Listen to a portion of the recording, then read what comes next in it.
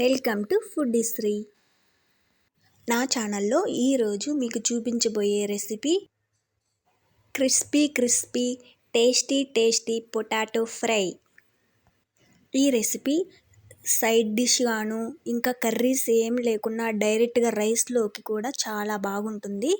చాలా ఈజీగా కూడా చేసుకోవచ్చు. లేట్ చేయకుండా రెసిపీలోకి వెళ్దాం రండి. ముందుగా బంగాళాదుంపల్ని ఇలా చెక్కు తీసి చిన్న చిన్న ముక్కలుగా కట్ చేసి పెట్టుకోవాలి.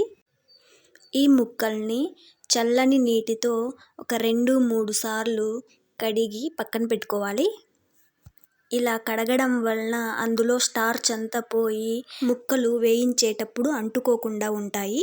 ఇప్పుడు మిక్సీ జార్లో వెల్లుల్లి, పచ్చిమిర్చి, నేను 1/2 kg బంగాళాదుంపలకు సరిపడా వేస్తున్నాను.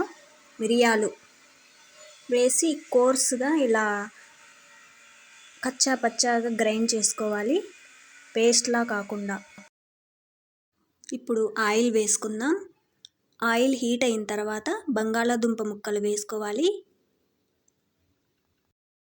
ఇలాంటి గరిటెతో కలుపుకుంటే ముక్కలు కలిపేటప్పుడు విరక్కుండా ఉంటాయి. మీడియం ఫ్లేమ్ మీద ఇలా కలుపుకుంటూ బ్రౌన్ కలర్ వచ్చే వరకు వేయించుకోవాలి. చూసారుగా బ్రౌన్ కలర్లో వేగిపోయాయి. ఇప్పుడు వీటిని పక్కన తీసి పెట్టుకుందాం. నేను మళ్ళీ ఆయిల్ యూజ్ చేయడం లేదు, అదే సరిపోతుంది. ఇప్పుడు పోపు వేసుకుందాం. ఉద్దిపప్పు, శనగపప్పు, ఆవాలు, ఎండుమిరపకాయలు, కరివేపాకు ఇవి ఒక 2 minutes వేయించుకోవాలి. ఇప్పుడు లో ఫ్లేమ్లో పెట్టుకొని బంగాళాదుంప ముక్కలు వేసుకోవాలి. బాగా కలుపుకొని పసుపు, ఉప్పు వేసి బాగా కలపాలి. పసుపు, ఉప్పు ముక్కలకి బాగా అంటుకునేలా బాగా కలుపుకోవాలి ఒక 2 minutes. కారం చూసి వేసుకోండి, మనం ఇంకా పచ్చిమిర్చి, మిరియాలు కూడా వేసుకుంటాం కాబట్టి.